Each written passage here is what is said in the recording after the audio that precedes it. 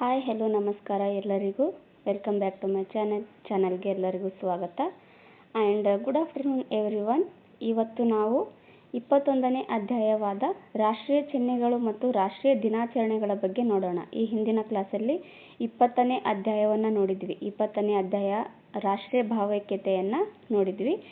ಇವತ್ತು ರಾಷ್ಟ್ರೀಯ ಚಿಹ್ನೆಗಳು ಮತ್ತು ರಾಷ್ಟ್ರೀಯ ದಿನಾಚರಣೆಗಳ ಬಗ್ಗೆ ಈ ಅಧ್ಯಾಯದಲ್ಲಿ ನೋಡೋಣ. ಓಕೆ, ಯಾರೆಲ್ಲ ನನ್ನ ಚಾನಲನ್ನು ಇನ್ನೂ ಸಬ್ಸ್ಕ್ರೈಬ್ ಮಾಡ್ಕೊಂಡಿಲ್ವೋ ದಯವಿಟ್ಟು ನನ್ನ ಚಾನಲನ್ನು ಸಬ್ಸ್ಕ್ರೈಬ್ ಮಾಡ್ಕೊಳ್ಳಿ. ನೀವು ಸಬ್ಸ್ಕ್ರೈಬ್ ಮಾಡ್ಕೊಳ್ಳೋದ್ರಿಂದ ನನಗೆ ಇನ್ನೊಂದಿಷ್ಟು ಹೆಚ್ಚು ವಿಡಿಯೋ ಮಾಡೋದಕ್ಕೆ ಸಹಕಾರ ನೀಡಿದಂಗೆ ಆಗುತ್ತೆ. ಓಕೆ, ಕ್ಲಾಸ್ ಸ್ಟಾರ್ಟ್ ಮಾಡೋಣ ಬನ್ನಿ. ರಾಷ್ಟ್ರೀಯ ಚಿಹ್ನೆಗಳನ್ನು ನೋಡ್ತಾ ಹೋಗೋಣ. ಸಾಮಾನ್ಯವಾಗಿ ಒಂದು ದೇಶವು ತನ್ನ ಸಂಸ್ಕೃತಿ ಮತ್ತು ಪರಂಪರೆಗಳ ವಿಶೇಷತೆಗಳನ್ನು ಪ್ರತಿಬಿಂಬಿಸುವ ಕೆಲವು ಚಿಹ್ನೆಗಳನ್ನು ಬಳಕೆ ಮಾಡುತ್ತೆ. ಅವುಗಳನ್ನು ರಾಷ್ಟ್ರೀಯ ಚಿಹ್ನೆಗಳು ಅಂತ ಹೇಳ್ತಾರೆ. ಒಂದೊಂದು ದೇಶದಲ್ಲಿ ಆ ದೇಶದಲ್ಲಿರ್ತಕ್ಕಂಥ ಸಂಸ್ಕೃತಿ ಮತ್ತು ಪರಂಪರೆಗಳ ವಿಶೇಷತೆಯನ್ನು ಪ್ರತಿಬಿಂಬಿಸೋ ತರಹ ಕೆಲವೊಂದಿಷ್ಟು ಚಿಹ್ನೆಗಳನ್ನು ಬಳಕೆ ಮಾಡುತ್ತೆ. ಅವುಗಳನ್ನು ರಾಷ್ಟ್ರೀಯ ಚಿಹ್ನೆಗಳಂತ ಕರೀತಾರೆ.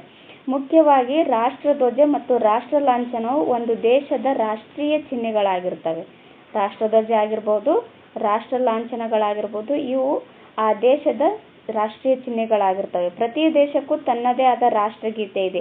ಹಾಗೆಯೇ ಭಾರತ ದೇಶಕ್ಕೂ ಸಹ ತನ್ನದೇ ಆದಂತಹ ರಾಷ್ಟ್ರಗೀತೆಯನ್ನು ಹೊಂದಿದೆ. ಭಾರತ ದೇಶಕ್ಕೆ ರಾಷ್ಟ್ರೀಯ ಪ್ರಾಣಿ ಆಮೇಲೆ ರಾಷ್ಟ್ರೀಯ ಪಕ್ಷಿಗಳು ಸಹ ನಾವು ನೋಡಬಹುದು. ಇವು ಪ್ರಜೆಗಳಲ್ಲಿ ದೇಶಾಭಿಮಾನ ಮತ್ತು ಭಾವೈಕ್ಯತೆಯನ್ನು ಬೇರೂರಲು ಇವು ಪೂರಕವಾಗಿವೆ. ಈ ಹಿಂದಿನ ಕ್ಲಾಸಲ್ಲಿ ನೋಡಿದ್ವಿ. ರಾಷ್ಟ್ರೀಯ ಭಾವೈಕ್ಯತೆ ಅಂತ ಬಂದಾಗ ಈ ರಾಷ್ಟ್ರೀಯ ಚಿಹ್ನೆಗಳು ಸಹ ರಾಷ್ಟ್ರೀಯ ಭಾವೈಕ್ಯತೆಯನ್ನು ಮೂಡಿಸೋದ್ರಲ್ಲಿ ಇವು ರಾಷ್ಟ್ರೀಯ ಭಾವೈಕ್ಯತೆಗೆ ಪೂರಕವಾಗಿವೆ ಅಂತ ಓದಿದ್ವಿ. ಹಾಗೆ ದೇಶಾಭಿಮಾನ ಬೆಳೆಸಲು ಮತ್ತು ರಾಷ್ಟ್ರೀಯ ಭಾವೈಕ್ಯತೆಯನ್ನು ಮೂಡಿಸಲು ಈ ರಾಷ್ಟ್ರೀಯ ಚಿಹ್ನೆಗಳು ಸಹ ಪೂರಕವಾಗಿದ್ದಾವೆ. ನಮ್ಮ ರಾಷ್ಟ್ರಧ್ವಜ ಹೇಗಿದೆ ಅಂತ ನೋಡೋಣ. ನಮ್ಮ ರಾಷ್ಟ್ರಧ್ವಜವು ಒಂದು ಲಾಂಛನವಾಗಿದೆ. ಧ್ವಜವು ರಾಷ್ಟ್ರದ ಒಂದು ಲಾಂಛನವಾಗಿದೆ. ರಾಷ್ಟ್ರಧ್ವಜವು ಸ್ವಾತಂತ್ರ್ಯ, ದೇಶಪ್ರೇಮ, ಒಗ್ಗಟ್ಟು ಹಾಗೂ ನಿಷ್ಠೆಯ ಪ್ರತೀಕವಾಗಿದೆ.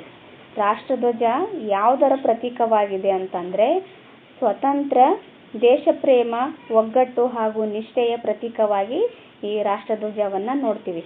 ರಾಷ್ಟ್ರಧ್ವಜವು ಸ್ತಂಭದ ಮೇಲೇರಿದಾಗ ಪ್ರತಿಯೊಬ್ಬ ಪ್ರಜೆಯು ಹೃದಯ ತುಂಬಿ ಬರುತ್ತದೆ. ಈಗ ದಿನಾಚರಣೆಗಳನ್ನು ಆಚರಣೆ ಮಾಡ್ತೀವಿ ನಾವು. 26 ಜನವರಿ ಆಗಿರಬಹುದು, ಆಮೇಲೆ ಆಗಸ್ಟ್ 15ರಂದು ಈ ಆಚರಣೆಗಳನ್ನು, ರಾಷ್ಟ್ರೀಯ ಹಬ್ಬಗಳನ್ನು ಆಚರಣೆ ಮಾಡ್ತೀವಲ್ಲ, ಆಗ ರಾಷ್ಟ್ರಧ್ವಜ ಹಾರಿಸ್ತಾರೆ. ಆವಾಗ ಸ್ತಂಭದ ಮೇಲೆ ಏರಿದಾಗ ಪ್ರತಿಯೊಬ್ಬ ಪ್ರಜೆಗೂ ಸಹ ಹೃದಯ ತುಂಬಿ ಬರುತ್ತೆ. ಆಹಾ, ನಮ್ಮ ಭಾರತ ಧ್ವಜ ಎಷ್ಟು ಚೆನ್ನಾಗಿದೆ ಅಲ್ಲ ಅಂತ ಎಲ್ಲರಿಗೂ ಮೈ ರೋಮಾಂಚನವಾಗುತ್ತೆ ಈ ಧ್ವಜವನ್ನು ನೋಡಿದಾಗ. ಸ್ವತಂತ್ರ ಭಾರತದ ತ್ರಿವರ್ಣ ಧ್ವಜದ ವರ್ಣನೆ.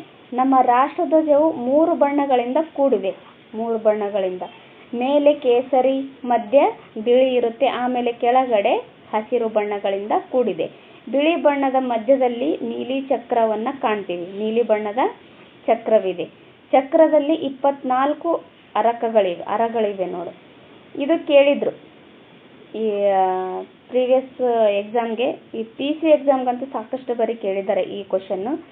ನಮ್ಮ ರಾಷ್ಟ್ರಧ್ವಜದಲ್ಲಿ ಇರ್ತಕ್ಕಂಥ ಈ ಚಕ್ರ ಇದೆಯಲ್ಲ, ಅದರಲ್ಲಿ ಎಷ್ಟು ಕಡ್ಡಿಗಳಿದಾವೆ ಅಂತ ಕೇಳಿದ್ರು. ಅದು 24 ಕಡ್ಡಿಗಳು. ಇದ್ರ ಯಾರ ಸಂಕೇತವಾಗಿ ಅಳವಡಿಸ್ಕೊಂಡಿದ್ದೀವಿ ಅಂತಂದರೆ ಅಶೋಕನ ಚಕ್ರ ಬರುತ್ತೆ. ಅದನ್ನು ಇಲ್ಲಿ ನಾವು ಅಳವಡಿಸ್ಕೊಂಡಿದ್ದೀವಿ ಭಾರತ ಧ್ವಜದಲ್ಲಿ. ಚಕ್ರದ ವ್ಯಾಸ ಬಿಳಿ ಪಟ್ಟಿಯ ಅಗಲದಷ್ಟೇ ಇದೆ. ಧ್ವಜವು ಆಯತಾಕಾರದಲ್ಲಿರುತ್ತೆ. ಧ್ವಜ ಯಾವ ಆಕಾರದಲ್ಲಿರುತ್ತೆ ಅಂದರೆ ಆಯತಾಕಾರದಲ್ಲಿರುತ್ತೆ. ಅದರ ಉದ್ದಗಲಗಳ ಅನುಪಾತ 3:2 ಇರುತ್ತೆ. ಇದು ಸಹ ಕೇಳಿದ್ರು ನೋಡಿ. ಇದು TET ಕೇಳಿದ್ರು ಅಥವಾ ಯಾವ ಎಕ್ಸಾಮಿಗೆ ಕೇಳಿದ್ರು ನನಗೆ ಸರಿಯಾಗಿ ನೆನಪಾಗ್ತಾ ಇಲ್ಲ. ಬಟ್ ಸಾಕಷ್ಟು ಸರಿ ಇದು ಹಿಂದೆ ಎಕ್ಸಾಮ್ಗಳಲ್ಲಿ ಕೇಳಿದ್ದಾರೆ. ಈ ಧ್ವಜದ ಅನುಪಾತ ಎಷ್ಟಿದೆ ಅಂತ 3:2 ನೋಡ್ರಿ. 3 ಬಣ್ಣದ ಪಟ್ಟಿಗಳು ಸಮ ಪ್ರಮಾಣದಲ್ಲಿರ್ತವೆ. ಧ್ವಜದ ಬಟ್ಟೆಯು ಹತ್ತಿ ಅಥವಾ ರೇಷ್ಮೆಯದ್ದಾಗಿರುತ್ತೆ. ಈ ಧ್ವಜ ಹಾರಿಸ್ತಾರಲ್ಲ, ಅದು ಯಾವ ರೀತಿಯಾದ ಬಟ್ಟೆ ಇರುತ್ತೆ ಅಂತಂದರೆ ಹತ್ತಿ ಅಥವಾ ರೇಷ್ಮೆ ಬಟ್ಟೆಯದ್ದೇ ಆಗಿರಬೇಕು ಇದು. ಜೊತೆಗೆ ಅದು ಕೈ ನೇಯ್ಗೆಯದ್ದೇ ಆಗಿರಬೇಕು. ಈ ಮಷೀನಿಂದ ಮಾಡ್ತಾರಲ್ಲ ಆ ಥರ ಆಗಿರಬಾರ್ದು, ಅದು ಕೈಯಿಂದನೇ ನೇಯ್ಗೆ ಮಾಡಿರೋದಾಗಿರಬೇಕು. ಅದರ ದಾರ ಕೈಯಿಂದಲೇ ಮಾಡಿದ್ದಾಗಿರಬೇಕು. ನೋಡ್ರಿ ಎಷ್ಟು ಸೂಕ್ಷ್ಮತೆಯಿಂದ ಕೂಡಿದೆಯಲ್ಲ ನಮ್ಮ ರಾಷ್ಟ್ರಧ್ವಜ. ಅದರ ದಾರ ಕೈಯಿಂದನೇ ಮಾಡಿದ್ದಾಗಿರಬೇಕು. ಆಮೇಲೆ ಅದು ಕೈ ನೇಯ್ಗೆಯದ್ದೇ ಆಗಿರಬೇಕು ಆ ಬಟ್ಟೆ. ರಾಷ್ಟ್ರಧ್ವಜದ ವಿಶೇಷತೆಯನ್ನು ನೋಡೋಣ. ನಮ್ಮ ರಾಷ್ಟ್ರಧ್ವಜದ ಬಣ್ಣವು ಏನನ್ನು ಹೇಳುತ್ತವೆ ಅಂತ ಹೇಳಿದಾಗ, ಕೇಸರಿ ಬಣ್ಣವು ನಿಸ್ವಾರ್ಥವನ್ನು ಹೇಳುತ್ತೆ, ನಿಸ್ವಾರ್ಥ ಮತ್ತು ತ್ಯಾಗವನ್ನು ಸಂಕೇತಿಸಿದರೆ ಬಿಳಿ ಬಣ್ಣವು ಸತ್ಯ ಶಾಂತಿಯನ್ನು ಸಂಕೇತಿಸುತ್ತೆ, ಪರಿಶುದ್ಧತೆಯನ್ನು ಸಹ ಇದು ಪ್ರತೀಕವಾಗಿದೆ. ಹಸಿರು ಸಸ್ಯಶ್ಯಾಮಲೆಯಾದ ಭೂಮಿಯ ಸಂಕೇತವಾಗಿದೆ. ಕೃಷಿ, ಕೈಗಾರಿಕೆ, ಸಮೃದ್ಧಿ, ಗುರುತು ಇವುಗಳನ್ನು ಸೂಚಿಸುತ್ತೆ. ಇದು ಕೇಳಿದ್ರು, ಕೇಸರಿ ಬಣ್ಣ ಏನನ್ನ ಸೂಚಿಸುತ್ತೆ, ಆಮೇಲೆ ಬಿಳಿ ಬಣ್ಣ ಏನನ್ನ ಸೂಚಿಸುತ್ತೆ, ಹಸಿರು ಬಣ್ಣ ಯಾವುದರ ಸಂಕೇತವಾಗಿದೆ, ಈ ಥರ ಈ ಹಿಂದೆ ಎಕ್ಸಾಮ್ಗಳಲ್ಲಿ ಕೇಳಿದ್ರು ನೋಡಿ. ಪರೀಕ್ಷಾ ದೃಷ್ಟಿಯಿಂದ ಇಂಪಾರ್ಟೆಂಟ್ ಆಗುತ್ತೆ. ಚಕ್ರವು ಸಾರನಾಥದ ಅಶೋಕ ಸ್ತಂಭದಲ್ಲಿರುವ ಚಕ್ರದ ಪ್ರತಿರೂಪವಾಗಿದೆ. ಈ ಅಶೋಕನ ಸಾರನಾಥ ಕಂಬದ ಮೇಲೆ ಇದು ನೋಡ್ತೀವಿ. ಈ ಚಕ್ರವನ್ನ ಇಲ್ಲಿ ಅಳವಡಿಸ್ಕೊಂಡಿದ್ದಾರೆ. ಇದು ಬಿಳಿ ಬಣ್ಣದ ಮಧ್ಯದಲ್ಲಿ ಇದೇನು ಕಾಣುತ್ತಲ್ಲ, ನೀಲಿ ಬಣ್ಣದ್ದು ಇದು ಆಗಿದೆ ನೋಡಿ. ಅಶೋಕ ಚಕ್ರವು ಧರ್ಮಚಕ್ರವಾಗಿದೆ. ಇದು ಧರ್ಮಚಕ್ರದ ಸಂಕೇತವಾಗಿ ನಾವು ಅಳವಡಿಸ್ಕೊಂಡಿದ್ದೀವಿ. ಅಶೋಕ ಚಕ್ರವು ನಿರಂತರ ಚಲನೆಯ ಹಾಗೂ ಪ್ರಗತಿಯ ಪ್ರತೀಕವಾಗಿದೆ ನೋಡಿ. ಅಶೋಕ ಚಕ್ರ ಯಾವುದರ ಪ್ರತೀಕವಾಗಿದೆ ಅಂತಂದ್ರೆ ನಿರಂತರ ಚಲನೆ ಹಾಗೂ ಪ್ರಗತಿಯ ಪ್ರತೀಕವಾಗಿದೆ. ನೋಡ್ರಿ ಇದೇನೈತಲ್ಲ, ಇದೆಲ್ಲ ರಾಷ್ಟ್ರಧ್ವಜದ ವಿಶೇಷತೆ. ಇದು ತುಂಬಾನೇ ಇಂಪಾರ್ಟೆಂಟು, ಪರೀಕ್ಷಾ ದೃಷ್ಟಿಯಿಂದ ತುಂಬಾನೇ ಇಂಪಾರ್ಟೆಂಟ್ ಆಗುತ್ತೆ ನೋಡ್ರಿ. ಓಕೆ, ನೆಕ್ಸ್ಟ್ ನೋಡೋಣ. ರಾಷ್ಟ್ರಧ್ವಜ ಸಂಹಿತೆ. ರಾಷ್ಟ್ರಧ್ವಜ ಸಂಹಿತೆ. ರಾಷ್ಟ್ರಧ್ವಜ ಕೊಳೆಯಾಗಿರಬಾರದು, ಆಮೇಲೆ ಹರಿದಿರಬಾರ್ದು. ಈ ರಾಷ್ಟ್ರಧ್ವಜ ಏನು ಕೊಳೆ ಅಂದರೆ ಹೊಲಸತ್ತಿರಬಾರ್ದು ಅದಕ್ಕೆ, ಆಮೇಲೆ ಇದು ಹರಿದಿರಬಾರ್ದು, ಎಲ್ಲಿ ಕೂಡ ಡ್ಯಾಮೇಜ್ ಆಗಿರಬಾರ್ದು, ಆಮೇಲೆ ಅದು ಕೊಳೆಯಾಗಿರಬಾರ್ದು. ಹಾರಿಸುವಾಗ ಯಾವಾಗಲೂ ಕೇಸರಿ ಬಣ್ಣ ಮೇಲೆ ಬರುವಂತೆಯೇ ಹಾರಿಸಬೇಕು. ಫಸ್ಟ್ ಕೇಸರಿ ಬರುತ್ತೆ, ಆಮೇಲೆ ಬಿಳಿ ಬರುತ್ತೆ, ಲಾಸ್ಟಿಗೆ ಹಸಿರು ಬರುತ್ತೆ. ಇದ್ರ ಮಧ್ಯೆನೇ ಚಕ್ರ ಇರುತ್ತೆ ನೋಡಿ, ಬಿಳಿ ಬಣ್ಣದ ಮಧ್ಯದಲ್ಲಿ. ರಾಷ್ಟ್ರಧ್ವಜದ ಎತ್ತರಕ್ಕೆ ಬೇರಾವ ಧ್ವಜವನ್ನು ಹಾರಿಸಬಾರದು. ಇದೊಂದು ರೂಲ್ಸ್ ಇದೆ. ಈ ರಾಷ್ಟ್ರಧ್ವಜ ಏನು ಹಾರಿಸ್ತೀವಲ್ಲ ಅದಕ್ಕಿಂತ ಎತ್ತರಾಗಿ ಬೇರೆ ಯಾವ ಧ್ವಜನೂ ಇರಬಾರ್ದು. ಫಾರ್ ಎಕ್ಸಾಂಪಲ್ ಯಾವುದೋ ಒಂದು ದೇವಸ್ಥಾನದ್ದು, ಈ ಎಕ್ಸಾಂಪಲ್ ಒಂದು ಆಂಜನೇಯ ಟೆಂಪಲ್ ಇದೆ, ಆ ಆಂಜನೇಯ ಟೆಂಪಲ್ದು ಧ್ವಜ ಆಗಿರ್ಬೋದು, ಅಥವಾ ಯಾವುದೇ ಒಂದು ಧರ್ಮದ ಧ್ವಜ ಆಗಿರಬಹುದು. ಆ ಯಾವ ಧ್ವಜನೂ ಸಹ ಈ ಭಾರತ ಧ್ವಜಕ್ಕಿಂತನೂ ಹೈಟಲ್ಲಿ ಆ ಧ್ವಜಗಳು ಹಾರಿಸಬಾರ್ದು. ಕಂಬದ ತುದಿಯವರೆಗೂ ಮೇಲೇರಿಸಿ ಹಾರಿಸಬೇಕು. ಯಾವಾಗಲೂ ಸೂರ್ಯೋದಯದ ನಂತರ ರಾಷ್ಟ್ರಧ್ವಜವನ್ನು ಹಾರಿಸಬೇಕು. ಸೂರ್ಯೋದಯ, ಬೆಳಗಿನ ಜಾವ ಸೂರ್ಯೋದಯ ಆಗುತ್ತಲ್ಲ, 7:30 ಸುಮಾರು, ಆವಾಗ ರಾಷ್ಟ್ರಧ್ವಜವನ್ನು ಹಾರಿಸಬೇಕು. ಆಮೇಲೆ ಸೂರ್ಯಾಸ್ತಕ್ಕೆ ಮೊದಲು ಇಳಿಸಬೇಕು. ಸಂಜೆ ಟೈಮಲ್ಲಿ ಸೂರ್ಯಾಸ್ತ ಆಗೋಕ್ಕಿಂತ ಮುಂಚೆನೂ ಈ ರಾಷ್ಟ್ರಧ್ವಜವನ್ನು ಇಳಿಸಿ ಮತ್ತೆ ಚೆನ್ನಾಗಿ ಫೋಲ್ಡ್ ಮಾಡಿ ಇಡಬೇಕು. ರಾಷ್ಟ್ರೀಯ ಶೋಕವನ್ನು ಆಚರಿಸುವ ಸಮಯದಲ್ಲಿ ರಾಷ್ಟ್ರಧ್ವಜವನ್ನು ಅರ್ಧ ಎತ್ತರಕ್ಕೆ ಹಾರಿಸುವುದು. ಈಗ ಬೇರೆ ನಮ್ಮ ದೇಶದಲ್ಲಿ ಯಾರೋ ಒಬ್ಬ ಗಣ್ಯ ವ್ಯಕ್ತಿ ತೀರ್ ಹೋಗಿದ್ದಾರೆ ಅಂತ ಇಟ್ಕೊಳ್ಳಿ, ಆಗ ಈ ರಾಷ್ಟ್ರೀಯ ಧ್ವಜವನ್ನು ಏನೈತಲ್ಲ ಇದು ಅರ್ಧ ಎತ್ತರಕ್ಕೆ ಹಾರಿಸಬೇಕು ಅಷ್ಟೇ, ಪೂರ್ತಿಯಾಗಿ ಹಾರಿಸಬಾರ್ದು. ಅವರಿಗೆ ಗೌರವಾರ್ಪಣೆಯಾಗಿ ನಾವು ಈ ರಾಷ್ಟ್ರಧ್ವಜವನ್ನು ಅರ್ಧ ಎತ್ತರಕ್ಕೆ ಮಾತ್ರ ಹಾರಿಸಬೇಕು. ಧ್ವಜವನ್ನು ಬಲಗೈಲಿ ಹಿಡಿದು ನಡೆಯಬೇಕು. ಈಗ ಏನೋ ಮಾರ್ಚ್ ಮಾಡ್ತಾ ಇದ್ದಾರೆ ಅಂತ ಅನ್ಕೊಳ್ಳಿ, ಆವಾಗ ರಾಷ್ಟ್ರಧ್ವಜವನ್ನು ಹಿಡ್ಕೊಂಡು ಅವರು ಮಾರ್ಚ್ ಮಾಡ್ತಿರ್ಬೇಕಾದ್ರೆ ಅದನ್ನ ಬಲಗೈಲಿ ಹಿಡಿಬೇಕು, ಎಡಗೈಯಲ್ಲಿ ಹಿಡಿಬಾರ್ದು. ಧ್ವಜವನ್ನು ನೆಲಕ್ಕೆ ತಾಗಿಸಬಾರ್ದು, ಯಾವುದೇ ಕಾರಣಕ್ಕೂ ಧ್ವಜವನ್ನು ನೆಲಕ್ಕೆ ತಾಗಿಸಬಾರ್ದು ನೋಡಿ. ಪ್ಲಾಸ್ಟಿಕ್ ಧ್ವಜಗಳನ್ನು ಬಳಸಬಾರದು, ಪ್ಲಾಸ್ಟಿಕ್ ಧ್ವಜಗಳನ್ನು ಬಳಸೋ ಹಾಗಿಲ್ಲ ಅಂತ ಇಲ್ಲಿ ಹೇಳಿದ್ದಾರೆ. ನಮ್ಮ ರಾಷ್ಟ್ರಗೀತೆ ಯಾವ ಥರ ಇದೆ ಅಂತ ನೋಡೋಣ. ನೋಡ್ರಿ, ರಾಷ್ಟ್ರಗೀತೆ ಬಗ್ಗೆ ಈ ಹಿಂದೆ ಹಲವಾರು ಎಕ್ಸಾಮ್ಗಳಲ್ಲಿ ಕೇಳಿದ್ದಾರೆ. ಆ ವಿವಿಧ ದೃಷ್ಟಿಕೋನದಿಂದ ಕೇಳಿದ್ದಾರೆ ಈ ಕ್ವಶನ್ಸ್ನ. ಯಾವ ರೀತಿ ಕೇಳಿದ್ದಾರೆ ಅಂತ ನಾನು ಹೇಳ್ತೀನಿ. ಜನಗಣ ಮನ ಭಾರತದ ರಾಷ್ಟ್ರಗೀತೆಯಾಗಿದೆ. ಭಾರತದ ರಾಷ್ಟ್ರಗೀತೆ ಯಾವುದು, ಆಮೇಲೆ ಅದನ್ನು ಬರೆದವರು ಯಾರು ಅಂತ ಕೇಳಿದರು. ಇದನ್ನು ಬರೆದವರು ರವೀಂದ್ರನಾಥ ಟ್ಯಾಗೋರ್ ಅವರು ಬರೆದಿದ್ದಾರೆ. ಎಷ್ಟರಲ್ಲಿ 1911ರಲ್ಲಿ ಬಂಗಾಲಿ ಭಾಷೆಯಲ್ಲಿ ರಚನೆ ಮಾಡ್ತಾರೆ ಇದನ್ನು. ಈ ದೀರ್ಘತೆಯ 5 ವೃತ್ತಗಳಲ್ಲಿ ಮೊದಲ ವೃತ್ತವನ್ನು ಮಾತ್ರ ರಾಷ್ಟ್ರಗೀತೆ ಎಂದು ಸಂವಿಧಾನ ಸಭೆಯು ಜನವರಿ 24, 1950 ಅಂಗೀಕರಿಸಿದೆ. ನೋಡ್ರಿ, ಇದು ಎಷ್ಟು ಇದು ಅಂದರೆ ಎಷ್ಟು ವೃತ್ತಗಳಲ್ಲಿ ಎಷ್ಟನೇ ವೃತ್ತ ನಾವು ಹಾಡಬೇಕು ಅಂತ ಕೇಳಿದ್ದಾರೆ. ಇದು ಮೊದಲನೇ ವೃತ್ತ. ಆಮೇಲೆ ಇದನ್ನ ರಚನೆ ಮಾಡಿದವರು ಯಾರು ಅಂತ ಕೇಳಿದ್ದಾರೆ ಎಕ್ಸಾಮ್ಗೆ. ರವೀಂದ್ರನಾಥ ಟ್ಯಾಗೋರ್ ಅವರು ರಚನೆ ಮಾಡ್ತಾರೆ. ಎಷ್ಟರಲ್ಲಿ ಅಂದರೆ 1911ರಲ್ಲಿ ರಚನೆ ಮಾಡ್ತಾರೆ. ಇದು ಯಾವ ಭಾಷೆಯಲ್ಲಿದೆ ಅಂತಲೂ ಕೇಳಿದ್ದಾರೆ ನೋಡಿ. ಇದು ಬಂಗಾಲಿ ಭಾಷೆಯಲ್ಲಿದೆ. ಆಮೇಲೆ ಇದನ್ನ ಸಂವಿಧಾನದಲ್ಲಿ ಯಾವಾಗ ಅಂಗೀಕಾರ ಮಾಡಲಾಗಿದೆ ಇದನ್ನ ಅಂತಂದರೆ ಜನವರಿ 24, 1950ರಂದ ಇದನ್ನ ಅಂಗೀಕಾರ ಮಾಡ್ತಾರೆ ನೋಡಿ. ಜನವರಿ 24ರಂದು 1950ರಂದು ಇದನ್ನ ಅಂಗೀಕಾರ ಮಾಡ್ತೀವಿ. ಅದೇ ಜನವರಿ 20, 1950ರಂದ ಮತದಾನ ಮಾಡ್ತೀವಿ ನೋಡ್ರಿ. ಇದನ್ನು ಸಹ ಇಂಪಾರ್ಟೆಂಟ್ ಆಗಿದೆ. ಹಿಂದೆ ಎಕ್ಸಾಮಲ್ಲಿ ಕೇಳಿದ್ರು. ಇದನ್ನ ರಾಷ್ಟ್ರೀಯ ಮತದಾರರ ದಿನ ಅಂತೇಳಿ ಆಚರಣೆ ಮಾಡ್ತೀವಿ. ಇದೊಂದು ಪಾಯಿಂಟ್ ನೆನಪಲ್ಲಿ ಇಟ್ಕೊಳ್ರಿ. ಗೀತೆಯನ್ನು ಹಾಡಲು ಬೇಕಾಗುವ ಕಾಲಾವಧಿ ಎಷ್ಟು ಅಂತ ಕೇಳಿದ್ರು ಈ ಹಿಂದೆ ಎಕ್ಸಾಮಲ್ಲಿ. 52 ಸೆಕೆಂಡ್ಗಳು ಮಾತ್ರ. ಕೆಲವು ಸಂದರ್ಭಗಳಲ್ಲಿ ಸಂಕ್ಷಿಪ್ತವಾಗಿ ಗೀತೆಯ ಮೊದಲು ಮತ್ತು ಕೊನೆಯ ಸಾಲುಗಳನ್ನು ಮಾತ್ರವೇ ಹಾಡಲಾಗುವುದು. ಕೆಲವೊಂದು ಏನೋ ಎಮರ್ಜೆನ್ಸಿ ಟೈಮ್ ಇರುತ್ತೆ, ಯಾರೋ ಒಬ್ರು ತೀರೋಗಿರ್ತಾರೆ, ಇಲ್ಲ ಏನೋ ಒಂದು ಎಮರ್ಜೆನ್ಸಿ ಇರ್ತದಲ್ಲ, ಅಂಥ ಟೈಮಲ್ಲಿ ಈ ಗೀತೆಯ ಮೊದಲು ಮತ್ತು ಕೊನೆಯ ಸಾಲುಗಳನ್ನು ಮಾತ್ರ ಆಡಬಹುದು. ಇದಕ್ಕೆ ಸುಮಾರು 20 ಸೆಕೆಂಡುಗಳು ಕಾಲ ಬೇಕಾಗುತ್ತೆ. ಈ ರಾಷ್ಟ್ರಗೀತೆಯನ್ನು ಹಾಡೋದಕ್ಕೆ ಎಷ್ಟು ಕಾಲಾವಕಾಶ ಅಂತ ಕೇಳಿದಾಗ 52 ಸೆಕೆಂಡು. ಕೆಲವೊಂದಿಷ್ಟು ಸಂದರ್ಭಗಳಲ್ಲಿ ಏನೋ ಎಮರ್ಜೆನ್ಸಿ ಟೈಮಲ್ಲಿ ಎಷ್ಟು ಸೆಕೆಂಡ್ ತಗೊಳ್ಬೇಕಿದೆ ಹಾಡೋದಕ್ಕೆ ಅಂದರೆ 20 ಸೆಕೆಂಡ್ ನೋಡಿ. ಇದು ತುಂಬಾ ಇಂಪಾರ್ಟೆಂಟ್ ಆಗುತ್ತೆ, ನೋಡ್ಕೊಳ್ರಿ. ಓಕೆ, ನೆಕ್ಸ್ಟು ರಾಷ್ಟ್ರಗೀತೆಗೆ ಗೌರವ ಸಲ್ಲಿಸುವುದು ಪ್ರತಿಯೊಬ್ಬ ಭಾರತೀಯನ ಕರ್ತವ್ಯವಾಗಿದೆ. ಅಗೌರವ ಸೂಚಿಸುವುದು, ಅದರ ಹಾಡುವಿಕೆಗೆ ಅಡ್ಡಿಪಡಿಸುವುದು ಶಾಸನದ ಪ್ರಕಾರ ಶಿಕ್ಷಾರ್ಹ ಅಪರಾಧವಾಗುತ್ತೆ. ನೋಡ್ರಿ, ಇದು ಮೂಲಭೂತ ಕರ್ತವ್ಯಗಳಲ್ಲೂ ಸಹ ನಾವು ನೋಡ್ತೀವಿ. ನಮ್ಮ ಭಾರತದ ಸಂವಿಧಾನ ಆಗಿರ್ಬೋದು, ರಾಷ್ಟ್ರಧ್ವಜ ಮತ್ತು ರಾಷ್ಟ್ರಗೀತೆಗಳನ್ನು ನಾವು ಗೌರವಿಸಬೇಕು ಅಂತೇಳಿ ಇದು ನಮ್ಮದು ಕರ್ತವ್ಯ, ನಾಗರಿಕರ ಕರ್ತವ್ಯವಾಗಿದೆ. ಹಾಗಾಗಿ ಈ ರಾಷ್ಟ್ರಗೀತೆಗೆ, ರಾಷ್ಟ್ರ ಚಿಹ್ನೆಗೆ ಅಥವಾ ರಾಷ್ಟ್ರಧ್ವಜಗೆ ನಾವು ಅಗೌರವ ಸಲ್ಲಿಸಿದರೆ ಅದಕ್ಕೆ ಶಿಕ್ಷಾರ್ಹ ಅಪರಾಧವಾಗುತ್ತೆ. ರಾಷ್ಟ್ರಗೀತೆಯನ್ನು ಹಾಡುವಾಗ ಶಿಸ್ತಿನಿಂದ ನೇರವಾಗಿ ನಿಲ್ಲಬೇಕು. ಆಮೇಲೆ ಉಚ್ಚಾರದಲ್ಲಿ ತಪ್ಪಿಲ್ಲದಂತೆ ಹಾಡಬೇಕು. ನೆಕ್ಸ್ಟು ನಮ್ಮ ರಾಷ್ಟ್ರಸ್ತವವನ್ನು ನೋಡೋಣ. ಅವರ್ ನ್ಯಾಷನಲ್ ಸಾಂಗ್ ಯಾವುದು ಅಂತ ಕೇಳಿದಾಗ ಸಂವಿಧಾನದಲ್ಲಿ ರಾಷ್ಟ್ರಗೀತೆಗೆ ಸಮಾನ ಸ್ಥಾನಮಾನ ಪಡೆದಿರುವ ವಂದೇ ಮಾತರಂ ಕೂಡ ಈ ರಾಷ್ಟ್ರಸ್ತವ ಅಂತ ಅನಿಸಿದೆ. ವಂದೇ ಮಾತರಂ ಗೀತೆಯನ್ನು ಯಾರು ರಚಿಸಿದರು ಅಂತ ಕೇಳಿದಾಗ ಬಂಕಿಮ್ ಚಂದ್ರ ಚಟರ್ಜಿ ಅವರು ರಚಿಸ್ತಾರೆ. ನೋಡ್ರಿ, ಇದು ಸಾಕಷ್ಟು ಸರಿ ಎಕ್ಸಾಮಲ್ಲಿ ಕೇಳಿದ್ದಾರೆ. ಈ ಹಿಂದೆ ಎಷ್ಟು ಎಕ್ಸಾಮ್ ನಡೆದಿದ್ದಾವಲ್ಲ ಅದರಲ್ಲಿ ಸಾಕಷ್ಟು ಸರಿ ಕೇಳಿದ್ದಾರೆ ನೋಡಿ ಈ ಕ್ವಶನ್ನು. ವಂದೇ ಮಾತರಂ ಇದೇನು ನಮ್ಮ ರಾಷ್ಟ್ರಗೀತೆ ಏನೈತಲ್ಲ ಅದ್ರ ಸರಿ ಸಮಾನವಾಗಿ ಸ್ಥಾನಮಾನ ಪಡೆದಿರ್ತಕ್ಕಂಥ ರಾಷ್ಟ್ರಸ್ತವ ಇದು, ಅಂದರೆ ಅವರ್ ನ್ಯಾಷನಲ್ ಸಾಂಗ್ ಇದು. ಇದನ್ನ ಬರೆದವರು ಯಾರು ಅಂತ ಕೇಳಿದ್ದಾರೆ. ಬಂಕಿಮ್ ಚಂದ್ರ ಚಟರ್ಜಿ ಅವರು ಬರೀತಾರೆ. ಇದನ್ನ ಯಾವ ಒಂದು ಕಾದಂಬರಿಯಿಂದ ತೆಗೆದುಕೊಳ್ಳಲಾಗಿದೆ ಅಂತಂದ್ರೆ ಆನಂದಮಠ ಎಂಬ ಕಾದಂಬರಿಯಲ್ಲಿ ಈ ಗೀತೆಯನ್ನ ಅಳವಡಿಸಿಕೊಂಡಿದ್ದು ಇದನ್ನ ನಾವು ಪಡೆದಿದ್ದೀವಿ.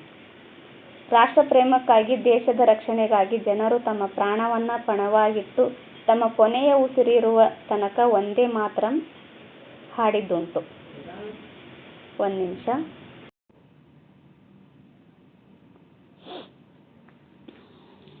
ಓಕೆ, ಇವಾಗ ನಮ್ಮ ರಾಷ್ಟ್ರೀಯ ಲಾಂಛನವನ್ನು ನೋಡೋಣ. ನಮ್ಮ ರಾಷ್ಟ್ರೀಯ ಲಾಂಛನ ಹೀಗಿದೆ ನೋಡಿ. 3 ತಲೆಯ ಸಿಂಹವನ್ನು ಹೊಂದಿರ್ತದಲ್ಲ ಅದು ನಮ್ಮ ರಾಷ್ಟ್ರೀಯ ಲಾಂಛನವಾಗಿದೆ. ಇದು ಎಕ್ಸಾಮಲ್ಲಿ ಕೇಳಿದ್ರು. ಕೆಳಗಡೆ ಯಾವ ಒಂದು ಅಕ್ಷರದಿಂದ ಏನಂತ ಬರೆದಿದ್ದಾರೆ ಅಂತ ಕೇಳಿದ್ರು. ಸತ್ಯಮೇವ ಜಯತೆ ಅನ್ನೋದನ್ನು ಬರೆದಿರ್ತಾರೆ. ಈ ಸತ್ಯಮೇವ ಜಯತೆಯನ್ನು ಯಾವ ಒಂದು ಉಪನಿಷತ್ತಿನಿಂದ ಆಯ್ದುಕೊಳ್ಳಲಾಗಿದೆ ಅಂತಲೂ ಸಹ ಈ ಹಿಂದೆ ನಡೆದಿರ್ತಕ್ಕಂಥ ವಿವಿಧ ಎಕ್ಸಾಮ್ಗಳಲ್ಲಿ ಕೇಳಿದ್ದಾರೆ. PUC ಎಕ್ಸಾಮಲ್ಲಂತೂ ಸಾಕಷ್ಟು ಬಾರಿ ಕೇಳಿದ್ದಾರೆ ನೋಡಿ. ಸತ್ಯಮೇವ ಜಯತೆಯನ್ನು ಮಂಡೂಕ ಉಪನಿಷತ್ತಿನಿಂದ ಆಯ್ದುಕೊಳ್ಳಲಾಗಿರುತ್ತೆ ನೋಡಿ. ಮಂಡೂಕ ಉಪನಿಷತ್ತಿಂದ ಆಯ್ದುಕೊಳ್ಳಲಾಗಿರುತ್ತೆ.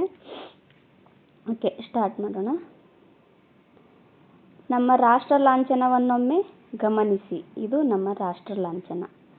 ಇದು ಸಾರನಾಥದ ಅಶೋಕನ ಶಿಲಾಸ್ತಂಭದ ಬೋಧಿಗೆಯ ರೂಪಾಂತರವಾಗಿದೆ. ಅಂದರೆ ಅಶೋಕನ ಸಾರನಾಥದ ಶಿಲಾಸ್ತಂಭ ಶಾಸನವಿರುತ್ತೆ, ಅದರಿಂದ ಇದನ್ನು ಆಯ್ದುಕೊಳ್ಳಲಾಗಿದೆ, ಅಂದರೆ ತೆಗೆದುಕೊಳ್ಳಲಾಗಿದೆ. ಮೇಲುಭಾಗ ಮಾತ್ರ. ಈ ಶಿಲಾಸ್ತಂಭ ಹೀಗಿರುತ್ತಲ್ಲ ಇದು ಮೇಲ್ಭಾಗದಲ್ಲಿರುತ್ತೆ. ಇದಿಷ್ಟು ಇದನ್ನು ಆಯ್ದುಕೊಳ್ಳಲಾಗಿದೆ. ಬೋದಿಗೆಯಲ್ಲಿ ಸಿಂಹಗಳಿರುವುದರಿಂದ ಇದನ್ನು ಸಿಂಹ ಬೋದಿಗೆ ಅಂತಲೂ ಕರೀತಾರೆ.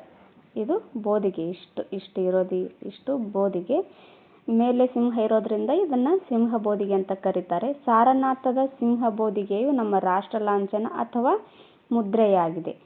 ಮೂಲ ಶಿಲ್ಪಾಕೃತಿಯಲ್ಲಿ 4 ಸಿಂಹಗಳು 4 ದಿಕ್ಕುಗಳಿಗೆ ಮುಖ ಮಾಡಿ ಒಂದಕ್ಕೊಂದು ಬೆನ್ನು ಮಾಡಿ ಪೀಠವೊಂದರ ಮೇಲೆ ನಿಂತಿವೆ. ಅಂದರೆ 4 ಸಿಂಹಗಳಿದ್ದಾವೆ. 4 ಸಿಂಹಗಳು 4 ದಿಕ್ಕುಗಳನ್ನು ನೋಡ್ತಾ ಒಂದಕ್ಕೊಂದು ಬೆನ್ನು ಮಾಡಿ ನಿಂತಿರ್ತವೆ.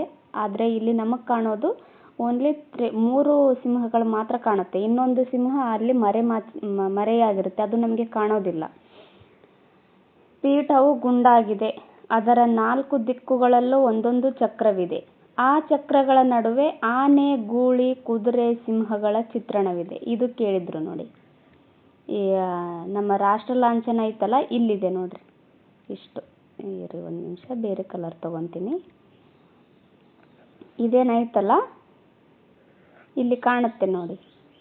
ಇಲ್ಲಿ ಇದು ಕುದುರೆ ಇದೆ ನೋಡಿ. ಇಲ್ಲಿ ಯಾವ್ಯಾವ ಪ್ರಾಣಿಗಳನ್ನು ಕೊಡಲಾಗಿದೆ ಅಂತ ಈ ಹಿಂದೆ ಎಕ್ಸಾಮ್ಗಳಲ್ಲಿ ಕೇಳಿದ್ರು. ಇದು KS ಅಲ್ಲೂ ಕೇಳಿದ್ದಾರೆ, ಆಮೇಲೆ IAS ಅಲ್ಲೂ ಸಹ ಈ ಕ್ವಶನ್ ಕೇಳಿದ್ದಾರೆ ನೋಡಿ. ಆನೆ ಇದೆ, ಗೂಳಿ ಇದೆ, ಕುದುರೆ ಇದೆ, ಸಿಂಹ ಕೂಡ ಇದೆ. ಇದು PSIಗೂ ಕೇಳಿದ್ದಾರೆ ನೋಡಿ. ಸಾಕಷ್ಟು ಎಕ್ಸಾಮ್ಗಳಲ್ಲಿ ಕೇಳಿದ್ದಾರೆ. ಕೇವಲ ಒಂದು ಪರ್ಟಿಕ್ಯುಲರ್ ಎಕ್ಸಾಮ್ ಮಾತ್ರ ಅಲ್ಲ, ಸಾಕಷ್ಟು ಎಕ್ಸಾಮ್ಗಳಲ್ಲಿ ಕೇಳಿದ್ದಾರೆ. ಇದು ತುಂಬಾ ಇಂಪಾರ್ಟೆಂಟು. TETಗೂ ಸಹ ಕೇಳಬಹುದು. ಈ ಹಿಂದೆ ನಡೆದಿರ್ತಕ್ಕಂಥ TETಗಳಲ್ಲಿ ಒಂದು ಸರಿನೂ ಕೇಳಿಲ್ಲ ಈ ಕ್ವಶನ್ನು. ಈ ಸಾರಿ ಕೇಳೋ ಸಾಧ್ಯತೆ ಇದೆ ನೋಡಿ. ಸೊ ಚೆನ್ನಾಗಿ ನೋಡ್ಕೊಳ್ಳಿ.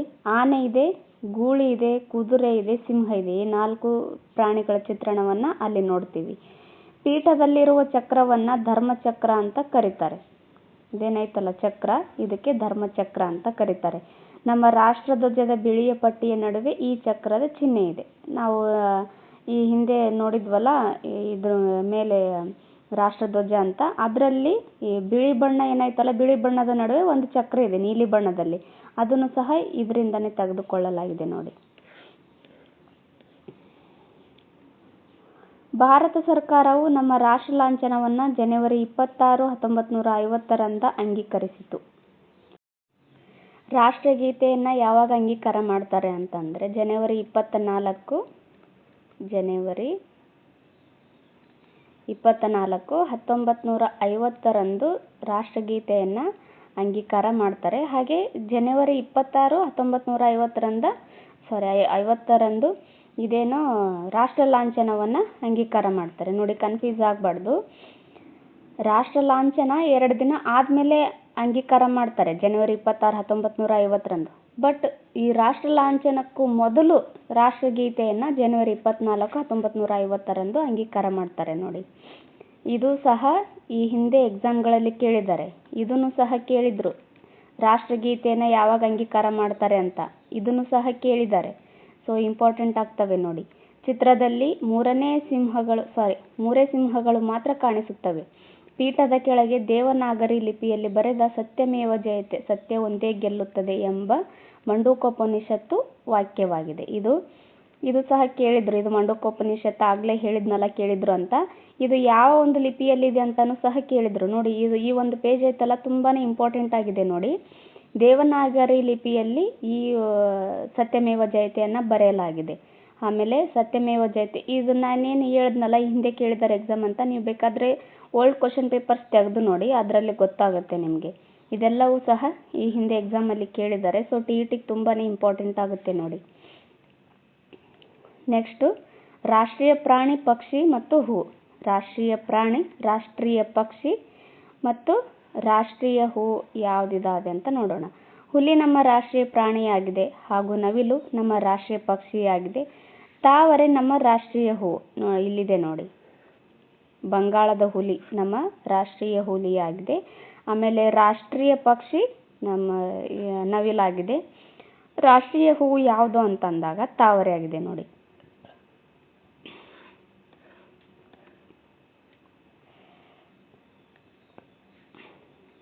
ರಾಷ್ಟ್ರೀಯ ಪಂಚಾಂಗ. ಭಾರತದಾದ್ಯಂತ ಅನೇಕ ರೀತಿಯ ಪಂಚಾಂಗಗಳು ಬಳಕೆಯಲ್ಲಿವೆ.